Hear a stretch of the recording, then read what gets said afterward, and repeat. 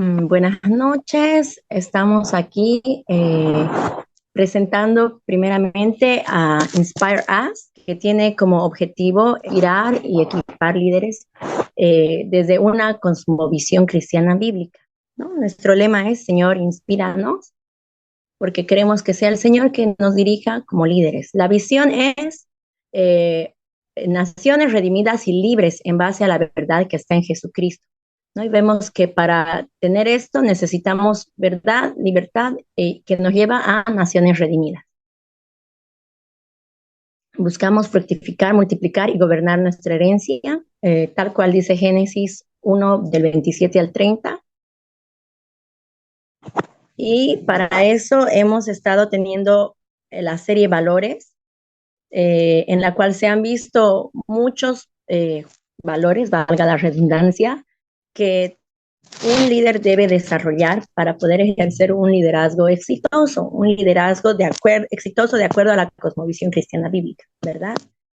Entonces, estamos aquí hoy en la noche para presentar el valor del liderazgo en educación, y es un honor para mí presentar al licenciado Sergio Saavedra, que yo diría es un doctor honoris causa, porque tiene una muy amplia experiencia en educación, en todos los niveles, en educación escolar, en educación superior, en educación no formal con los campamentos. Él dirige actualmente un campamento que se llama Senda Alta en Valle Grande, pero ha trabajado ampliamente, como ya les dije, en otros ámbitos de la educación y también dirigiendo organizaciones que forman, capacitan a educadores y líderes también. Es así que él también forma parte del CONEC, que es el Congreso Nacional de Educadores Cristianos. Y bueno, él va a poder ampliamente desarrollar este tema. Sergio, con esto quisiera por favor que puedas empezar con tu presentación. Claro que sí. Bueno, en primer lugar, muy agradecido por la invitación y lo que quiero compartir esta noche tiene que ver un poco con la historia para que aprendamos de ella, ¿no? No hay mejor cosa que revisar la historia con una pregunta en la mente y de ahí ir obteniendo algunos principios que nos puedan servir hoy. Entonces, este es el tema, el valor del liderazgo en la educación, y ruego al Señor que nos dé claridad y sobre todo sea transformadora esta presentación, ¿no? Am, Tengo una imagen ahí abajo, si ustedes pueden ver, es precisamente una imagen, no sé si Isabelita está ahí entre las que están jalando la cuerda, pero es una imagen de un grupo de profesores que vino al campamento alguna vez y ahí estamos desarrollando características de liderazgo. El liderazgo educativo se desarrolla en la práctica educativa, ¿no? Entonces, empecemos con algo básico, ¿no? Una definición de lo que es un líder. Cuando era joven,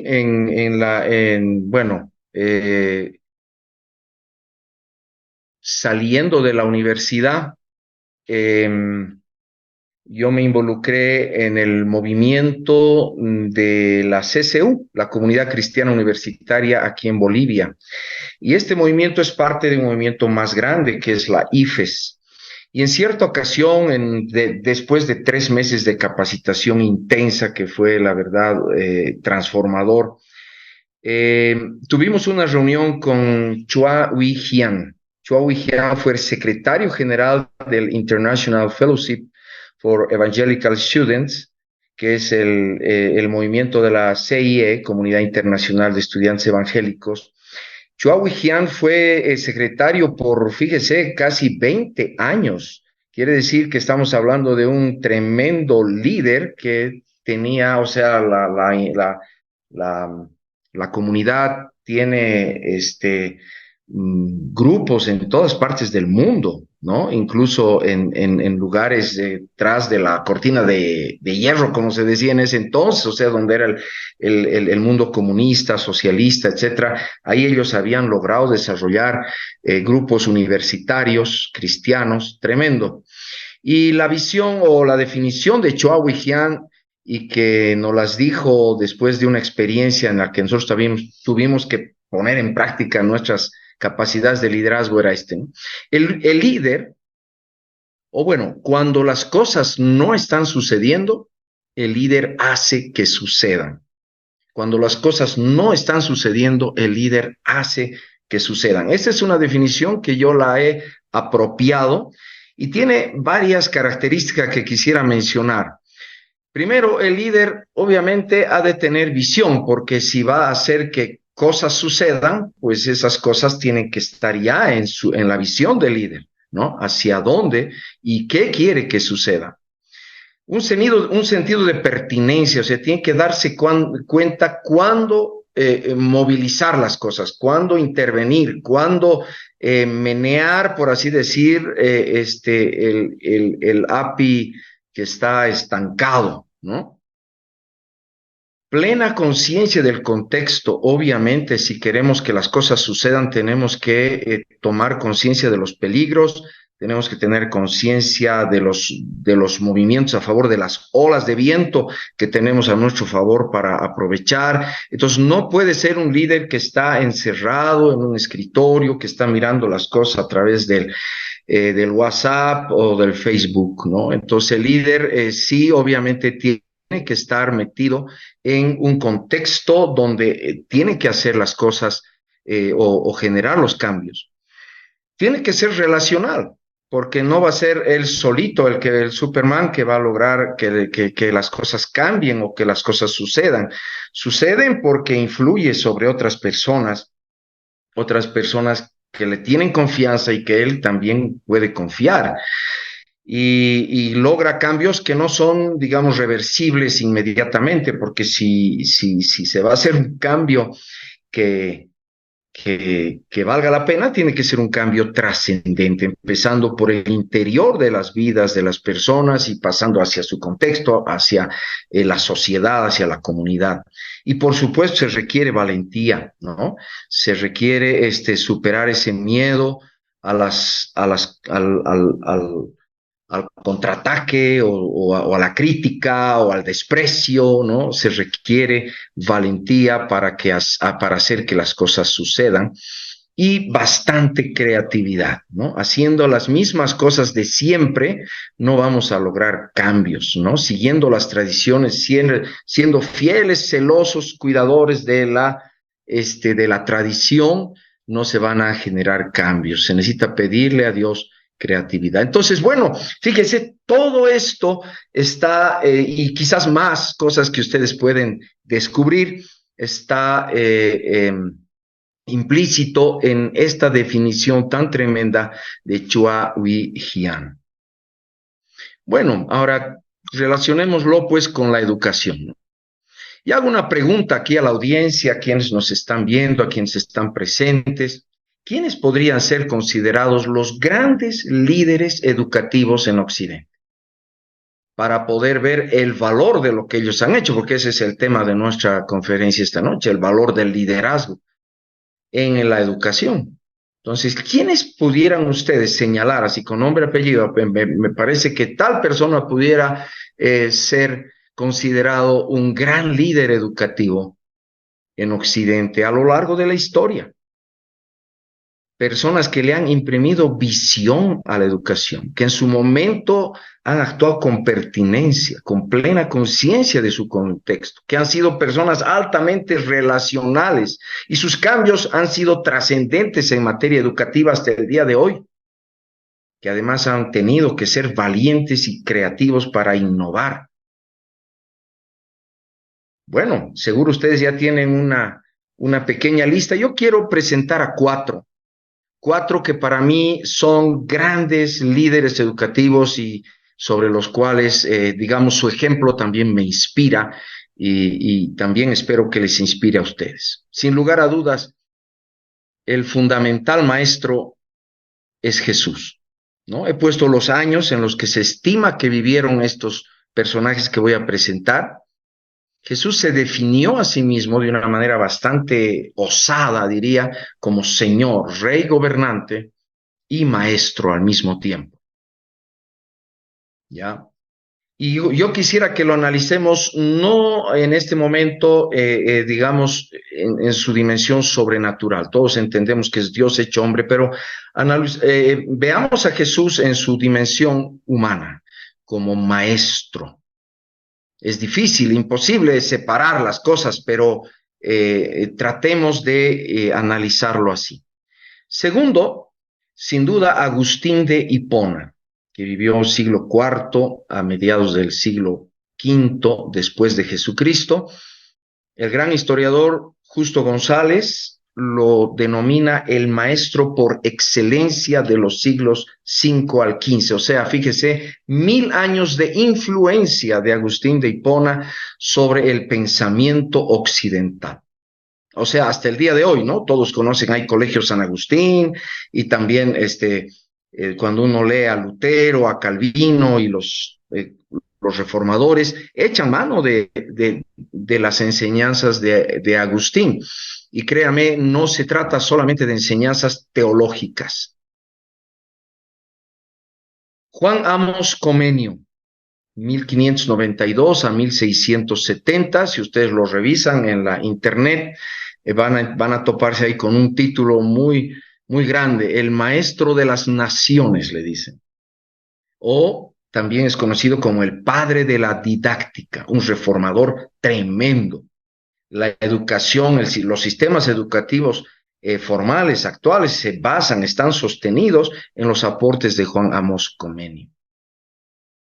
Y alguien que quizás es desconocido para la mayoría de ustedes es John Raleigh Mott, ¿no? Que también vivió a finales o la segunda mitad del siglo XIX, la primera mitad del siglo XX, y es el gran impulsor del YMCA, Youth Men Christian Association, ¿no? La Asociación Cristiana de Jóvenes.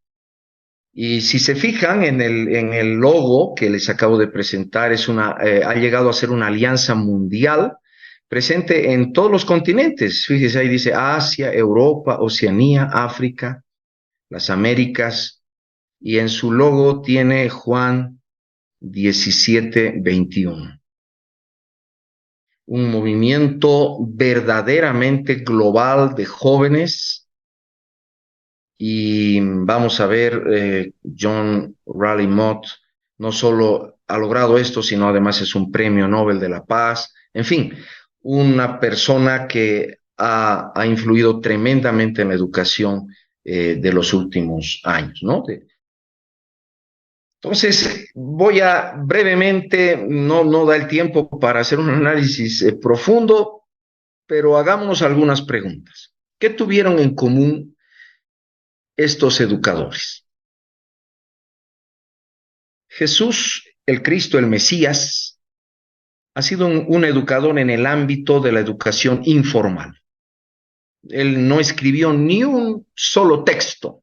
Todo lo que tenemos de él es de sus seguidores y de lo que han escrito. Y él, su educación o su aula era realmente los campos, era las situaciones con la gente, y desde la educación informal él ha logrado una transformación tremenda en el mundo. Lo estamos mirando como educador, en su dimensión humana de maestro, ¿no? Agustín de Hipona era un obispo, ¿no? Que trabajó con monasterios, desde monasterios, con su obispado en el norte del África, en la educación no formal. Juan Amos Comenio intentó trabajar más bien dándole forma a la educación formal. Y John Mott también ha sido un tremendo impulsor de todo lo que es la educación no formal. Y estos cuatro, ¿qué tienen en común? Es la segunda pregunta que quiero hacer aquí a la audiencia. ¿Qué ven que tienen en común? Estos cuatro educadores comparten una fe, son cristianos. Entonces, pero no estoy haciendo mi presentación de educadores cristianos, que se aclare esto, sino de educadores como tal, y no van a encontrar otros de la talla de estos. Entonces, los cuatro son cristianos, lo cual quiere decir que sí, la iglesia cristiana, en general, la iglesia basada en Jesucristo, seguidores de Jesucristo, hemos aportado a la educación y creo que seguimos aportando más que cualquier otro movimiento de talla global, por lo menos en Occidente, ¿no? A la educación.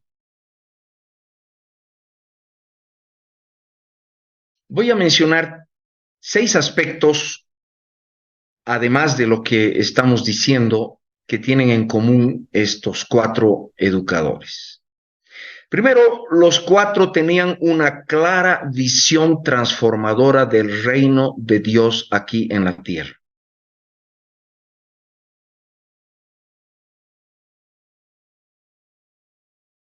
No estamos hablando solo que eran religiosos, ¿ya?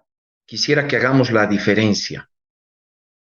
Ellos tenían una visión de que el reino de Dios se estaba manifestando ya en la tierra.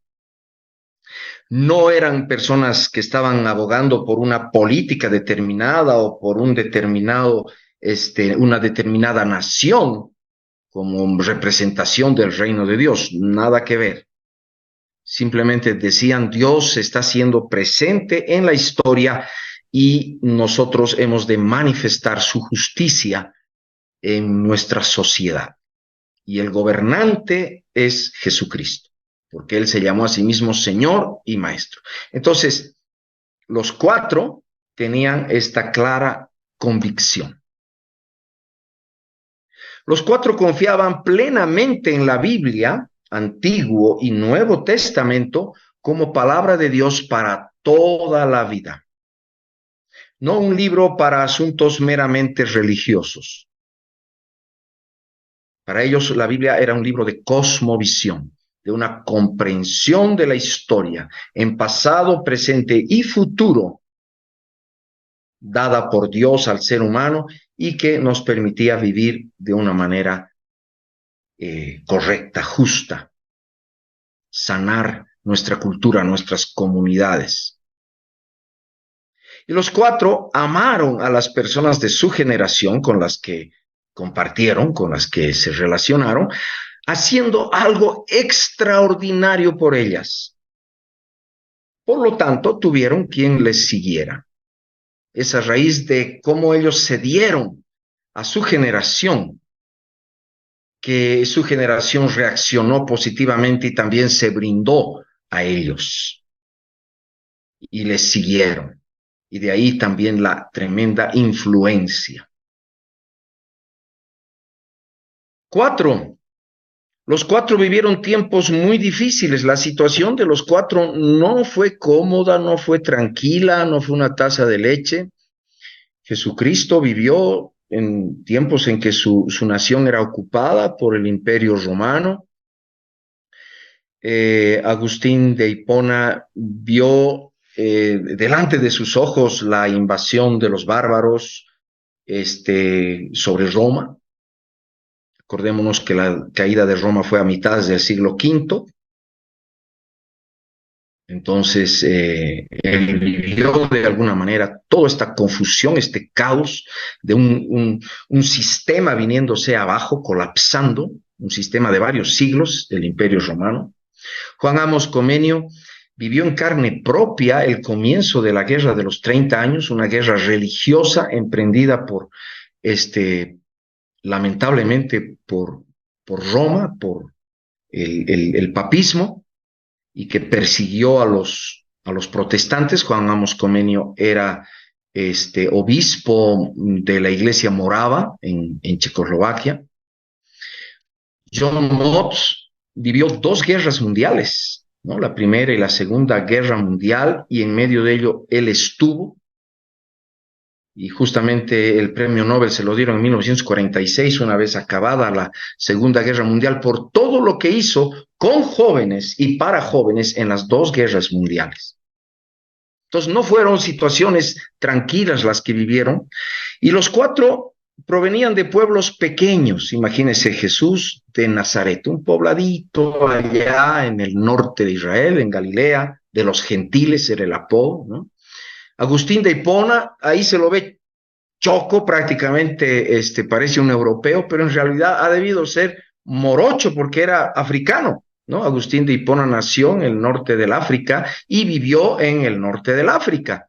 Entonces ha debido ser bastante más morenito que lo que se lo pinta ahí en algún pintor europeo que ha tratado de representarlo. Juan Amos Comenio, ya podemos estar seguros que era más o menos así, porque es un retrato que le hicieron de él, y él vivió en Moravia, en lo que hoy es Checoslovaquia, en un pueblo que no pasaba de 3.000 habitantes, ¿no? Un pueblo chiquitito ahí en, en la zona sud este de Moravia, de Checoslovaquia. John Mott creció en Iowa, ¿no? Tampoco es, bueno, sí el imperio, digamos, norteamericano, pero su pueblo mismo era un pueblo semi-rural, ¿ya? Entonces, esto nos enseña que no se necesita nacer en el centro del mundo para ser una persona, un educador de gran influencia global, ¿ya? Y los cuatro sentaron las bases conceptuales para movimientos espirituales, culturales y pedagógicos que perduran hasta nuestros días. Su influencia es realmente de un liderazgo impresionante. Vamos a ver algunos datos biográficos de Jesucristo como maestro. Estoy advirtiendo, no quiero herir conciencias que me digan que lo estoy, no sé, rebajando de su deidad, no, pero me interesa analizarlo como maestro. Y así hay que hacer un ejercicio, ¿no? De un poco, verlo con ojos humanos, ¿no? Como persona. En vida, sus seguidores no pasaron de 10 docenas de personas, por lo que tenemos el registro de hechos de los apóstoles, ¿no? Los 120 que fueron bautizados con el Espíritu Santo en Pentecostés eran sus seguidores fieles. Hoy los seguidores de Jesús se cuentan por miles de millones a lo largo de los 2000 años de historia y también en el presente. Su mensaje fue la venida inminente del reino de Dios. Este era el mensaje de Jesucristo. No que nosotros nos íbamos al reino. El mensaje es muy claro, la venida del reino de Dios. ¿Cómo iba a venir? Él lo decía en su persona, en su propia persona. Él es el soberano de este reino. Y esto fue lo que causó tanta confusión y tanta contradicción en su época que lo llevó a la cruz, ¿no? Por eso era un mensaje totalmente contracultural. Su mensaje estuvo acompañado de señales poderosas que daban firmeza a su enseñanza de que el reino de Dios se estaba manifestando, pero además su ejemplo personal daba un sello de veracidad a todo lo que enseñaba. Dicen las escrituras que enseñaba con autoridad y no como los escribas, ¿no? Su persona era la parte central de su mensaje. Y esto fue lo que más chocó a los líderes de su tiempo. ¿Quién te crees tú que eres? Pero si aquí está tu mamá, aquí viven tus hermanos y tal, ¿quién te crees tú que eres? Y él hacía afirmaciones extraordinarias acerca de sí mismo, ¿no? Yo soy. Entonces, si él no vino a enseñar una doctrina, no vino a enseñar una religión, él vino a establecer un reino en su propia persona, en la confianza en él como rey, como soberano. Su mensaje era 100% relacional, ¿no? separados de mí, nada podréis hacer, dice el Evangelio de Juan. Y él oró, ¿no? Que sean uno como Padre, tú y yo somos uno. Entonces, más relacional no se puede. Y su mensaje era un mensaje para ser multiplicado por sus discípulos de un modo similar a como él lo hizo. Vayan a las naciones, hagan discípulos, enséñenles todas las cosas que yo les he enseñado. Yo estoy con ustedes hasta el fin del mundo porque él ha resucitado, está vivo y entonces es nuestro maestro hoy, sigue siendo nuestro maestro hoy, por medio del consejero, es un nombre más íntimo que maestro, ¿no? Que es el Espíritu Santo.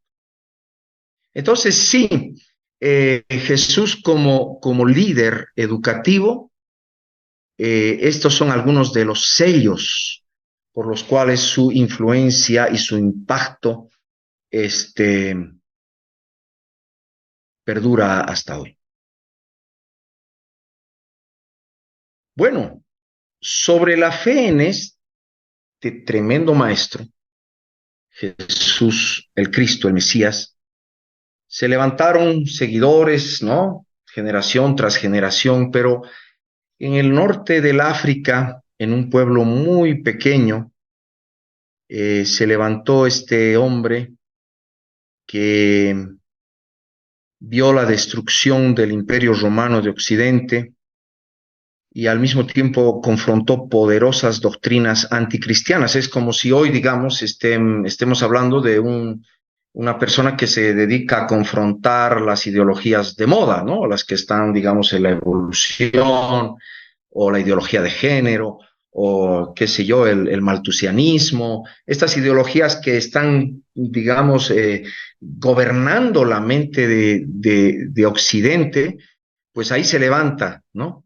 Este hombre, un Agustín Laje, digamos, ¿no? De esos tiempos. Pero este hombre era profundamente cristiano, pero no lo fue así siempre.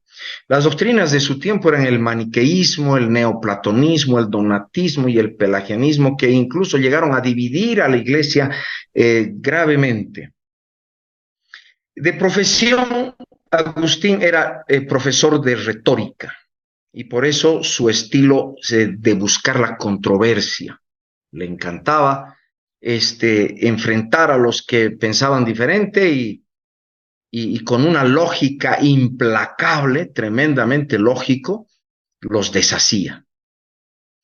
Fue un joven aventurero, ¿no? Pero era buscador de la verdad. En sus libros Confesiones nos cuenta toda su peregrinaje y nos relata que le gustaban las borracheras, las fiestas, andaba con amigos, etcétera, pero en el fondo tenía una tremenda insatisfacción y una búsqueda de verdad. Esto nos da, obviamente nos muestra que ningún joven hoy en la actualidad está perdido, ¿no? Y que si nosotros tenemos un pasado cualquiera que sea, pues no interesa. Si nos encaminamos hacia la verdad, podemos hacer un gran aporte, ¿no? Una vez que conoció y estudió las Escrituras, el Antiguo y el Nuevo Testamento, puso su docencia como profesor de retórica y sus habilidades de una persona muy lógica y una inteligencia intersubjetiva muy grande, al servicio de Jesucristo, que es, yo creo, lo que todos debemos hacer si nos convencemos que Él es el Señor verdaderamente, que no estamos dentro de una religión nada más, sino dentro de un reino, y que este rey nos pide que le sujetemos todo lo que somos con nuestras habilidades y nuestras profesiones bajo sus pies, ¿no? Esto hizo Agustín. Y entonces su mensaje apologética quiere decir la defensa, ¿no?, de una verdad, fue de vibrante actualidad porque se las batió con las doctrinas más influyentes de su época, pero de intención pastoral. O sea, él no solo era un apologeta ahí de estos que se lanzaba a las discusiones, sino que además era un obispo. O sea, él tenía toda una comunidad bajo su supervisión. y su intención era proteger a esta comunidad de las mentiras de su época. Entonces escribió y escribió y escribió y escribió, ¿no? Tiene unos 12 volúmenes sobre Génesis nomás. Se llama Génesis a la letra, ¿no? Y es a la letra porque dice, no voy a interpretar alegóricamente Génesis, voy a interpretar lo que dice, y ¿sabe qué? Esos 12 volúmenes son de los primeros 3 capítulos de Génesis. Tremendo. Tiene unos escritos sobre Cristo como maestro. Y quizás el libro más influyente y por el cual es más conocido es una interpretación de la historia de su tiempo desde una perspectiva bíblica, La ciudad de Dios. Este libro fue tremendo porque lo escribió justamente ante la caída de Roma en manos de los vándalos, de los bárbaros, ¿no? Todo el mundo pensaba y decía, es que Roma, gracias a los cristianos, ha perdido su protección de los dioses y por eso se vino abajo. Y Agustín comenzó a interpretar la historia desde Génesis hasta el futuro, hasta Apocalipsis, y ahí ubicó la caída de Roma. Es tremendo porque ahí yo veo una articulación de una cosmovisión bíblica con la historia de su tiempo. Y esto lo que dio fue una esperanza tremenda, una nueva manera de entender la realidad y la historia, y promovió esperanza en su generación y en las generaciones que venían, y orientó la historia en dirección a la revelación bíblica. Y ahí está, el gran maestro, como hemos dicho, de 10 siglos. Bueno, aquí hay alguien que yo creo todos hemos escuchado alguna vez y nos gusta mucho, ¿no? Por el aporte que ha hecho. Él vivía en Moravia cuando estalló la Guerra de los 30 años. La Guerra de los 30 años fue una guerra religiosa. Frente al avance de la Reforma luterana, ¿no? Ustedes saben que la Reforma fue 1517. Entonces ya para fines de 1500 y comienzos de 1600, la Reforma había ido avanzando y se había ido multiplicando y ganando territorio. Entonces el papismo se sintió muy celoso y promovió a los reyes, los pinchó un poco para que se levantaran en armas e invadieran. Y entonces justamente este joven, en sus tierras fue donde se dio el epicentro de la Guerra de los 30 años. Entonces él fue un refugiado en varios países, pero al mismo tiempo un reformador social. Y por esto mismo, un reformador invitado por diversos reyes del lado protestante, ¿no? Del lado, digamos, de la reforma luterana y también calvinista, ¿no? Creador del Orbis Pictus, lo vamos a ver en un momento más qué es esto. Él era obispo de la iglesia morava y era un impulsor, un fanático impulsor, pudiéramos decir, de la lectura de la Biblia en lengua vernácula. O sea, en ese entonces el idioma, la lengua franca era el latín, y si tú no sabías latín, era como si no supieras, qué sé yo, hoy manejar la computadora, ¿no? O si no supieras inglés y no pudieras participar de los foros globales, pero era peor aún. O sea, el latín era realmente una lengua, filtro. Entonces, como Europa tiene tantas lenguas, imagínense, el alemán, el inglés, el francés, etcétera, lo que los mantenía unidos era el latín, pero mucha gente pobre no podía acceder al latín. Entonces él dijo, esto nos margina, y entonces trabajó a favor de que se lea la Biblia en la lengua vernácula, pero en puente con el latín. Es también uno de los mejores expositores de lo que se llama el realismo pedagógico. El realismo pedagógico es una reacción a toda el escolasticismo de la Edad Media, que estaba basada solo en base a palabras, a reflexión en torno a teorías y a conceptos, etcétera. Entonces Comenio dice, no, la palabra tiene que ser aprendida unida a la cosa. O sea, si vamos a hablar de pan, pues miremos el pan, vayamos y toquemos el pan, analicemos el pan, ¿no? Ese era un poco su énfasis didáctico. Y debe ser entendido la palabra y la cosa dentro de un contexto de significado, lo que hoy llamamos cosmovisión. Y él decía, y el mejor contexto y el contexto verdadero y real es el horizonte del reino de Dios, con Jesucristo como soberano. Imagínense qué tremendo educador que plantea, ya nos da los índices, ¿no? De lo que es una didáctica cristocéntrica, por así decir. Y él era yo diría, un optimista incorregible. Fíjese, está perseguido, está viendo la guerra ahí en su ciudad, están atravesando los ejércitos, él tiene que escapar, pero él está convencido de que si se educara dentro de esta perspectiva del reino, ¿no? El ser humano pudiera ser transformado hasta la semejanza de Jesucristo, o la semejanza, lo que Dios nos ha puesto, ¿no? A su imagen y su semejanza. Y por eso él, su propuesta se llama la pansofía, que es enseñar todo a todos. Y escribió un libro que es una belleza didáctica magna. Y su sueño es, hay que enseñar todo a todos, porque si esto ocurre, vamos a ser transformados hasta la imagen misma de Jesucristo. Y él plantea un sistema educativo en 4 grandes etapas, ¿no? Lo cual es la base para una educación democrática, verdaderamente democrática, para que todos, digamos, sigamos, por así decir, el mismo ritmo de aprendizaje. Y entonces también es considerado uno de los impulsores de la educación para todos, ¿no? En fin, ahí tenemos a Juan Amos Comenio.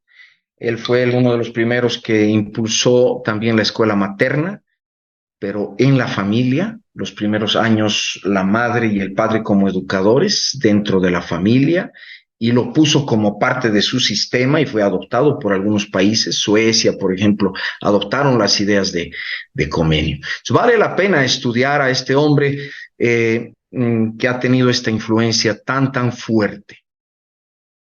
Y bueno, aquí tenemos un ejemplo de lo que es el Orbis Pictus, pero antes de entrar al Orbis Pictus, él escribió La puerta abierta a las lenguas, como les dije, con la intención de enseñar a los niños en su idioma vernáculo. Y este librito eran 8,000 palabras en latín y en idioma vernáculo, o sea, como un traductor, digamos, y estas 1,000 palabras no estaban sueltas como en una enciclopedia o como en un diccionario, sino estaban escritas en frases significativas. Fíjese ya lo que el anticipo a todo el sistema de Paulo Freire, ¿no? Que estaban agrupadas en 100 títulos, y esos 100 títulos abarcaban todos los aspectos de la realidad, desde el universo, la tierra, ríos, plantas, animales, vida social, derecho, guerra, paz, escuelas, ciencias, artes, diversiones, muerte, fin del mundo. O sea, toda una cosmovisión en estos 100 títulos y en estas 1,000 frases donde están estas 8,000 palabras, tanto en latín como en el idioma vernáculo. Y si tú sustituías, digamos, el idioma moravo por el alemán o por el francés, pues tenías aquí un instrumento fantástico para obtener una cosmovisión y también para aprender el latín. Ahí están unas imágenes del Orbis Sensualium Pictus, esto está en latín, y donde están las imágenes, ¿no? de estas palabras, de estas frases también, numeradas. Fíjese, ahí hay unos numeritos y todo esto se hizo en grabado en tiempos donde recién la imprenta estaba dando sus primeros pasos, la imprenta en el siglo XV, ¿no es cierto? Y esto es en el siglo XVI, XVII. Y entonces se lo considera el Orbis Pictus el primer texto didáctico para niños. ¡Qué creatividad! ¡Qué cosmovisión! ¡Qué resiliencia en medio de esa guerra! ¡Qué confianza en Jesucristo! Vean, realmente da para reflexionar mucho el aporte de Khomeini. Ahora vamos a nuestro último personaje, John Raleigh Mott. Él salió de un pequeño pueblo semirural de Iowa para liderar el YMCA, primero el intercolegial, ¿no? El YMCA intercolegial por 27 años, luego el YMCA en Estados Unidos y Canadá por 13 años, y luego el YMCA global por 11 años. Y en 1946 él obtuvo el Premio Nobel de la Paz como un aporte a un educador que ha hecho mucho por la juventud en, en el mundo, ¿no?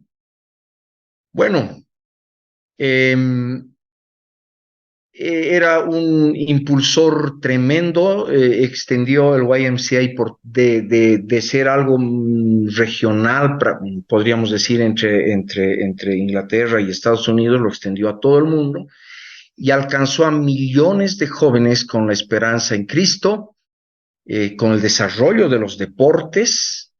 El YMCA tenía un lugar especial para el deporte, incluso ellos crearon, el YMCA creó dos disciplinas, el básquetbol y el voleibol, si no estoy mal, ¿ya? Y también él hizo mucho de ayuda a los prisioneros de guerra, sin importar de qué bando estaban, sin importar si eran alemanes, si eran de qué italianos o quien sea. Entonces, un hombre que verdaderamente trabajó con la juventud, por la juventud y también por la paz, desde una convicción cristiana 100% comprometida. Él era graduado de la universidad con honores en filosofía e historia, pero fue tocado por Dios ahí cuando estaba estudiando en la universidad a través de un predicador que hizo un llamado a misiones y él escuchó acerca de buscar primeramente el reino de Dios y su justicia. Y dijo, realmente tengo que someter a Cristo todos mis estudios y todo lo que estoy haciendo y obedecerle. Fíjense cómo el sello del reino está presente en nuestros 4 grandes educadores que estamos revisando hoy, ¿no? Fundó la Federación Mundial de Estudiantes Cristianos en la India, en China, en Japón, en Australia, en Nueva Zelanda. Fue presidente de la Conferencia Misionera de Edimburgo en 1910. La Conferencia Misionera de Edimburgo se considera el evento, crucial, el evento que movilizó a las misiones a Occidente en el siglo XX. No hay otro evento más resaltable que este y él fue el presidente. Un apasionado por llevar el mensaje del Evangelio a todo el mundo y un convencido de que se podía alcanzar a todo el mundo con el mensaje de Cristo en su generación. Ese era uno de sus lemas. Él estableció en la Primera Guerra Mundial cantinas para soldados en los frentes. Y él decía, los jóvenes cristianos tienen que estar ahí. Si no va a ir a pelear, por lo menos vaya a servir en las cantinas. ¿Y qué hacían las cantinas? Bueno, no era solamente para beber, ¿no?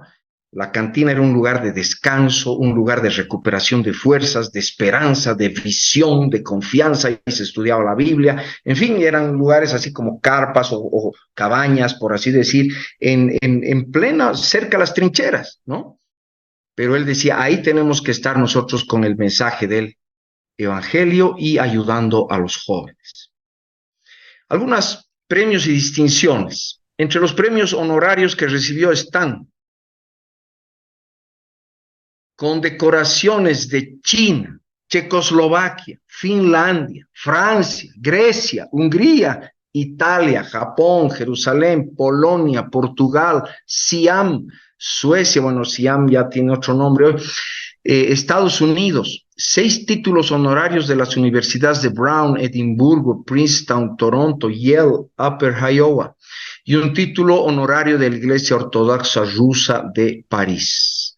Y alcanzó el Premio Nobel de la Paz en 1946 por su contribución a la creación de una hermandad religiosa promotora de la paz a través de las fronteras nacionales. Fíjese esa visión de reino que llevó a este hombre a hacer todo lo que hizo en el nombre de Cristo. Y él no era un hombre que buscaba condecoraciones, pero es decir, las obtuvo, bueno, por esta su incansable labor. Entonces, sí, estamos hablando de 4 personajes que han verdaderamente impactado y lo increíble y lo interesante es que los 4 son seguidores de Jesucristo, pero es muy importante que no eran solamente seguidores religiosos, tenían una visión de reino, ¿no? Entonces ya terminamos con la pregunta del principio, o quizás que del título de nuestra exposición. ¿Cuál es el valor del liderazgo en la educación? Y mi respuesta sería esta. Depende cuál tipo de liderazgo. El valor del liderazgo en la educación va a depender del tipo de liderazgo que estemos hablando. Si es un liderazgo que apunta a la manifestación del reino y su justicia aquí y ahora, pero también en preparación de su plena realización cuando Jesucristo regrese. Y si es un liderazgo que basa esta esperanza del reino en toda la revelación bíblica y sobre todo, obviamente, en la persona de Jesucristo. Y si es un liderazgo que abraza a su generación con amor, haciendo algo extraordinario por ella, aún a costo propio, como es el caso de nuestros 4 educadores, entonces este liderazgo dará forma a una educación transformadora, ahora en el siglo XXI, una educación relevante, una educación trascendente que vaya más allá de simplemente educar las letras o los conocimientos básicos, una educación esperanzada, que no está mirando todo como el fin del mundo, sino al contrario. Hay mucho todavía que podemos hacer por bendecir a nuestras naciones.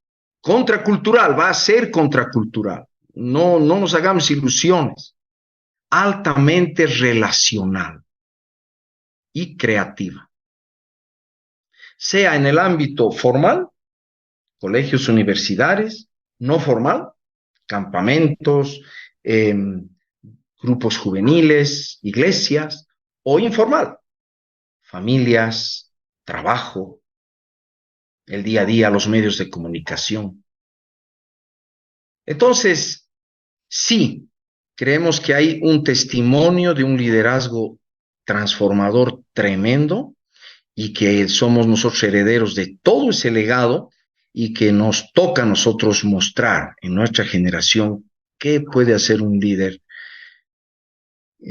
cristiano por la educación. Muchas gracias. Los esperamos en el campamento educativo Sendalta cuando quieran visitarnos. Ahí es una pequeña fotito de la montaña donde tenemos nuestro altar. Dios les bendiga. Muchas gracias, Sergio, de verdad, por el gran aporte.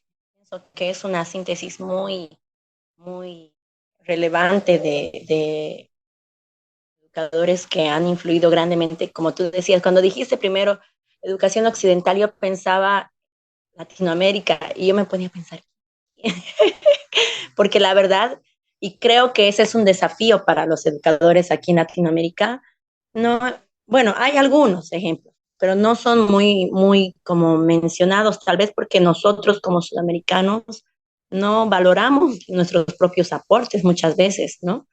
Pero yo veo que sí hay algunos que destacar. Sin embargo, desde una cosmovisión cristiana bíblica, pienso que podemos trabajar mucho. Y hay, como hemos venido aprendiendo antes, eh, sin ir lejos, el anterior CONEC, hay un gran bagaje, una gran herencia en la educación cristiana aquí en Bolivia.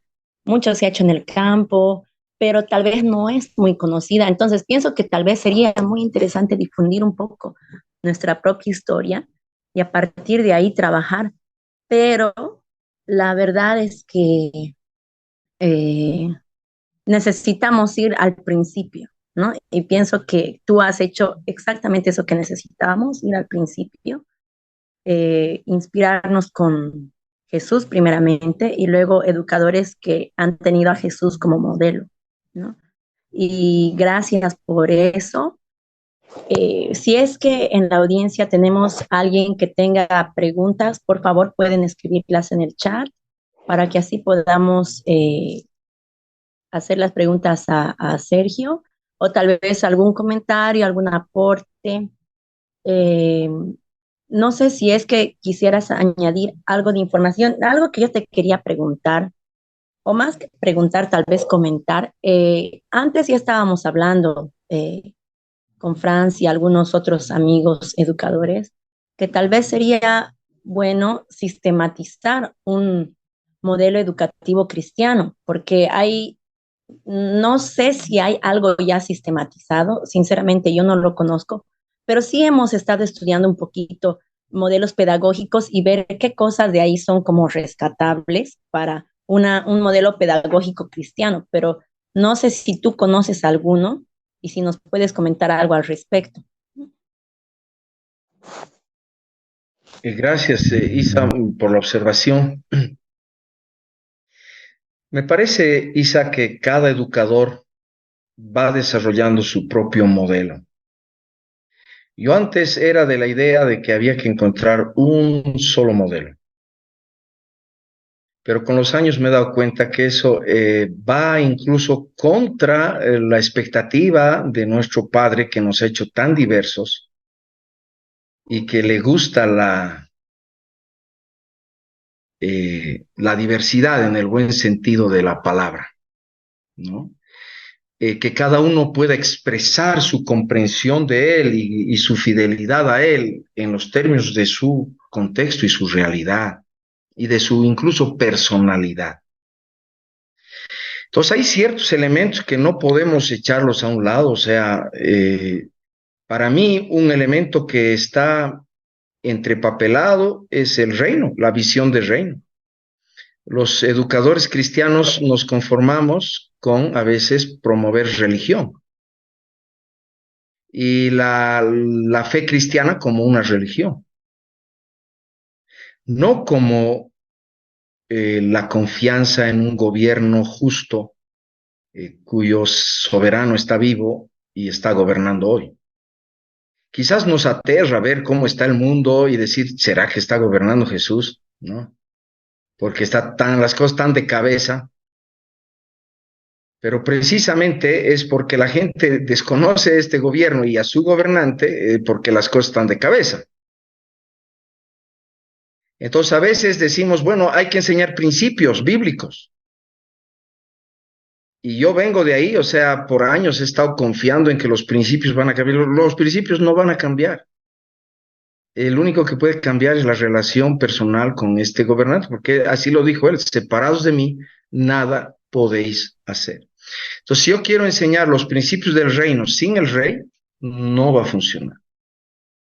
Entonces, son algunas certezas que uno va adquiriendo a lo largo de la vida, del caminar. Otro de los puntos, por ejemplo, que me parece imprescindibles y que también tenemos que esforzarnos, aunque todo el mundo lo dice, pero no estamos aterrizando bien, es el desarrollo de una cosmovisión bíblica. Pero cada educador lo va a hacer desde su forma. Entonces, yo ahí diría, no busquemos el método. Animemos a cada educador cristiano a desarrollar su método pero al llegar a los mismos horizontes, el horizonte del reino, el horizonte de una verdadera cosmovisión bíblica, y bueno, eso es un trabajo de toda la vida.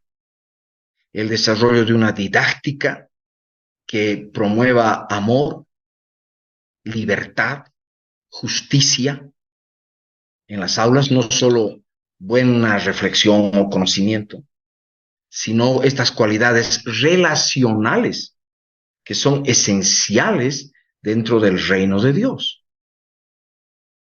Entonces, hay mucho de, digamos, de fundamento, por eso he querido compartir esto que me parece fundamento, no métodos, no recetas, sino fundamento, porque sobre ese fundamento cada educador va a ir descubriendo su propia manera de hacer la cosa, y esa es una tarea de toda la vida. No, olvidémonos que nos vamos digamos, adquirir las herramientas los procedimientos en 3 años, 4 años. Eso es apenas para poner a funcionar las neuronas y que entren en ejercicio y después a lanzarnos en la práctica educativa docente, que es apasionante, es toda una aventura, y los frutos también el Señor los va haciendo Él.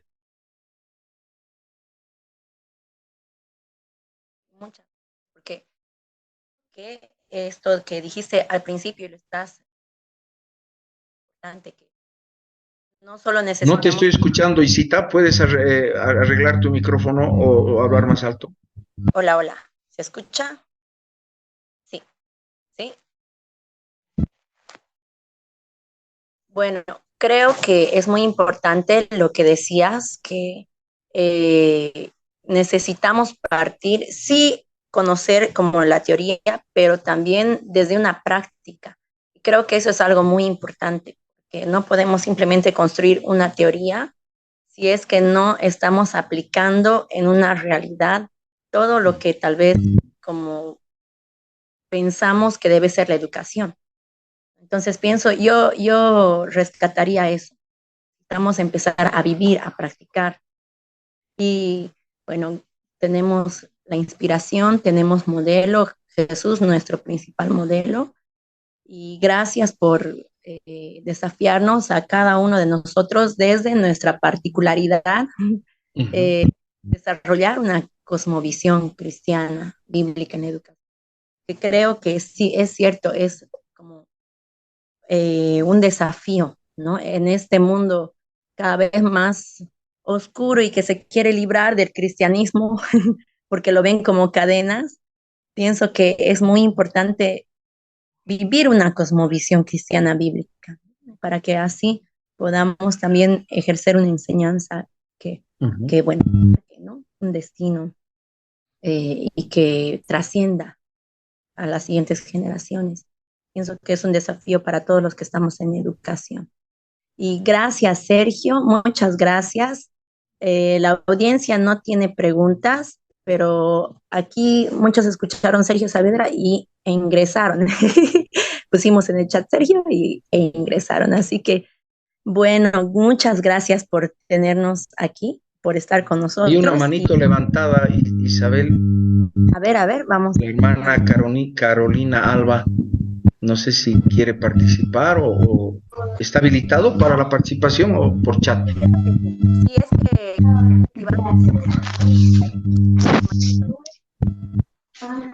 No se te escucha, Isa. ¿Me escuchan? ¿Me escuchan? Sí, se escucha bien. Gracias. Hermano, primero gracias por la exposición tan excelente, al hermano Franz por poner a nuestro alcance digamos, este nivel de exposición y conocer la profundidad de estos temas que definitivamente pues uno ignora. Sí, yo soy una mamá aquí, homeschool de Colombia, y muchas gracias por el espacio.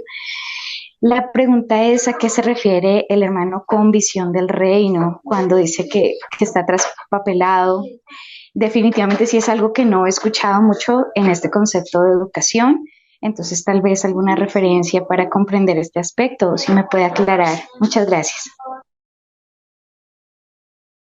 Claro que sí, hermana Carolina, y muchas gracias por su participación. bueno, a ver,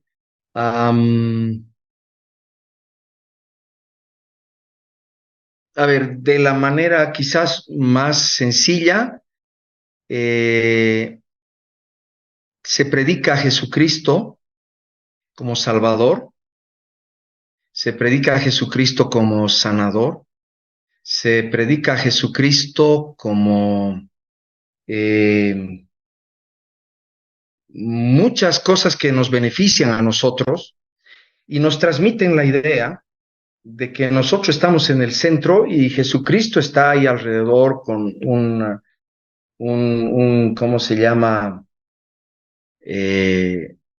Una servilleta en el brazo, como, ¿no? Diciendo, ¿y qué más se le ofrece, Señor? Pida usted, ore, yo le voy a traer, ¿no? O sea, nosotros estamos centrados en nosotros mismos y pidiendo que Dios haga por nosotros todo lo que necesitamos. Y eso está garantizado. Dios dice, o sea, no os preocupéis por lo que vais a comer, por lo que vais a vestir, ¿no? Porque Dios tiene cuidado, o sea, está garantizado. No necesitamos preocuparnos por eso. Pero lo que Él nos pide, nos dice, pero por encima de todo, busquen el reino de Dios y su justicia. Y todas estas cosas están ya, como quien dice, están en la lista, están añadidas, ya están previstas. Pero nosotros como paganos, como si fuéramos paganos, estamos pendientes de eso, afanados, preocupados, ay, que el Señor me traiga, ay, que el Señor me dé, ay, que el Señor me tal. Entonces, esa actitud no es agradable a los ojos de Dios. Y dice el mismo pasaje de Mateo, que estoy haciendo referencia, que esto nace a partir de que estamos centrados en mamón, o sea, en las riquezas. Y fíjate que nos hemos dado modo los cristianos de desarrollar una fe cristiana centrada en las riquezas, en la riqueza económica. Y nos hemos dado modos de decir, bueno, Dios que me garantice, está ahí para garantizar que no me falte plata. E incluso hemos desarrollado fórmulas muy extrañas al Evangelio, en las que si yo hago algo para Dios, Dios me va a multiplicar, etcétera, etcétera. Cosas que de alguna manera distorsionan el mensaje. El mensaje está centrado en Jesucristo como Señor. Ese es el mensaje del Evangelio. Es el Señor de un reino. Y Señor quiere decir gobernante absoluto, que nos ha comprado con su sangre. Y si nosotros nos sentimos comprados, entonces somos sus esclavos. Y entonces nuestra primera labor, nuestra primera palabra en la mañana es levantarnos de la cama y decir, Señor, ¿qué quieres que haga? Aquí está tu siervo. Aquí está tu sierva. No te voy a pedir por las cosas que ya sabes que necesito, porque así dice la Biblia. Él sabe, antes de que le pidas, Él ya sabe lo que necesitas. Necesitas para comer, necesitas para vestir, necesitas para educar a tus hijos, necesitas... Pero Él ya lo sabe. Entonces tu primera palabra que sea, Señor, aquí estoy, te adoro, te alabo, te agradezco por todo lo bueno y ¿en qué te puedo servir este día porque soy tu siervo? Esa visión de reino en la que ahora Jesucristo está en el trono y nosotros nos acercamos con nuestra servilleta en el brazo a ver en qué le podemos servir, ese es el cambio que yo creo que se ha entrepapelado un poquito y que necesitamos. O a veces se nos ocurren a nosotros muy buenas ideas, como por ejemplo las cruzadas en la Edad Media, donde el Papa se lanzaba a decir, todos los que vayan a recuperar Jerusalén, sus pecados estarán perdonados. O sea, hay condonación de pecados, sea cual sea los que hagan. Y si no van a ser excomulgados. Van a terminar en el infierno. Imagínense, esas cosas han llegado a ser la iglesia cristiana. O sea, son nuestros antepasados, porque eso fue antes de la Reforma. Entonces, a veces se nos ocurren ideas a nosotros no son ideas que nacieron en el corazón de Dios, son ideas que nacieron en nuestra ambición, en nuestra ceguera, no sé, en nuestra confusión, y que usamos a Dios para motivar a la gente a hacerlo. Esa es otra manera en que se entrepapela la visión del reino. Porque entonces él es la voz del apóstol, la voz del profeta. Perdonen, no quiero ofender a nadie, pero a veces hay líderes cristianos que se sienten con tanta autoridad de que dicen, esto es lo que vamos a hacer, y ahí nos sentimos tratando de agradar la voluntad del hombre. Entonces necesitamos recuperar la visión de que Jesucristo está vivo, Jesucristo separados de Él, nada podemos hacer, y que unidos a Él en una relación vital y diaria, como cabeza y todos los demás como parte de un cuerpo con muchos miembros y diferentes funciones, podemos lograr realmente un impacto en este mundo. Entonces, esa es la visión del reino. No sé si he respondido a la pregunta, hermano. Claro que sí. Muchísimas gracias.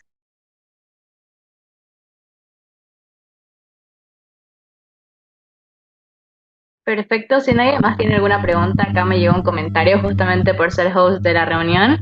Es un comentario para felicitar en sí por el conversatorio. Sergio, gracias, ya que dice, felicidades por esta charla tan clara llevada a nuestras escrituras de Jesús, que en estos momentos salen guerreros cristianos con principios bíblicos. Son momentos duros donde Dios nos llamó. Mis respetos, señor Saavedra, soy el doctor Puerta, Marcos Puerta. Y Muchas así gracias. finalmente llegan, muchas gracias por el conversatorio que acaba de dar. Será hasta la próxima oportunidad, hermano. Muchas gracias. Bendiciones.